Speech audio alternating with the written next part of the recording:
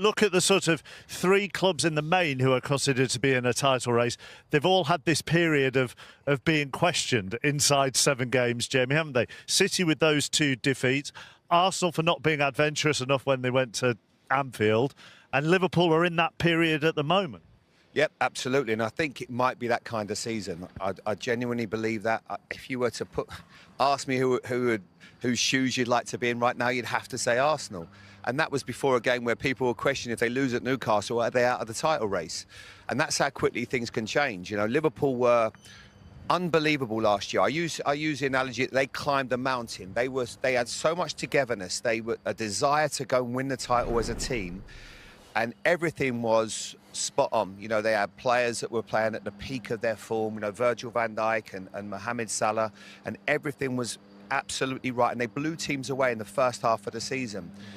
This year, it's not going to be the case. And I just look at Arsenal and I see that they almost have what Liverpool had last year. And Liverpool have to somehow turn it around and get that sort of togetherness back and that belief, because it's sometimes...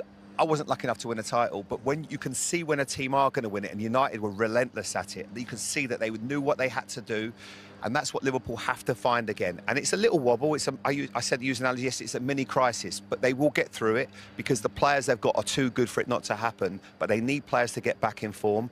Manchester City have got the know-how, as Michael well knows. You mentioned it earlier on how many titles they've won. This is Arsenal's first time, and I think...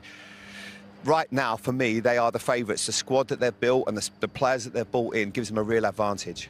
But you don't think that they could necessarily be as relentless as previous title winners have maybe been because of the nature of the league? Well, I don't think what Arsenal can. Yeah.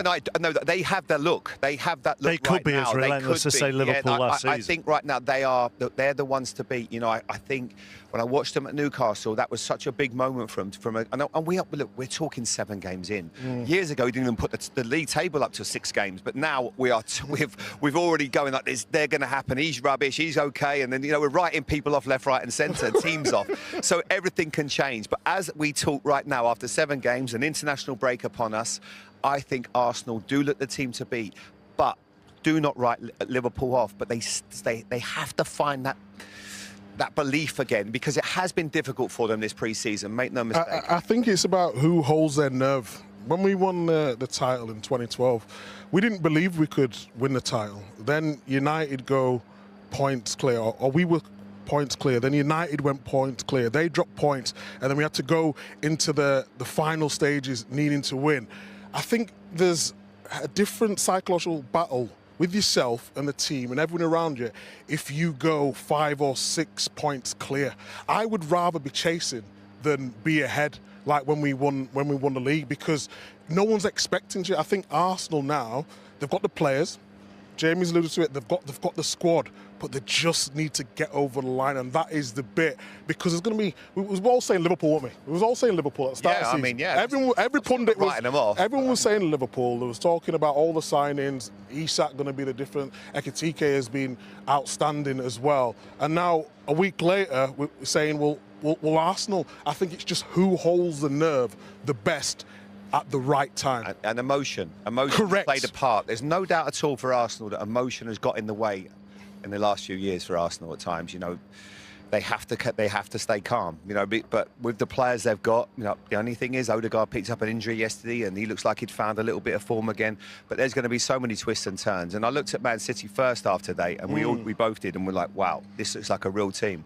But then you look at the second half, and Brentford could have easily nicked an equaliser. Absolutely. With Thiago had a big moment in the first couple of minutes of the second half when he goes through, and that's why you pay the big money for Donnarumma. That's what he does. It was an amazing save at a really important time, because if it goes to 1-0, you never know, the game could then turn, and then you're massively under pressure. Arsenal have got weapons, Adam, and they're just about business. If you think now, let's compare the 2 managers. You've got Arne Slot and, of course, Mikel Arteta, who's got so much pressure on his shoulders to get a trophy through the door. Now he's got this amazing squad, and so does Arne Slot. If you're looking at the 2 managers, who's handling the season better, I would have to say that it's Mikel Arteta, because this team haven't even got off, 5th level? There's 10 levels. Yeah, that's what I was going to say. It's not even anywhere near it yet. If the season is a boxing match and we've come out the first round, Liverpool are on the ropes, and Arsenal look like, Mike Tyson after. I mean, it's been a great start. They look dangerous. Yeah, but the thing is, what we're seeing from Arsenal is they're just continuously jabbing away at picking up points.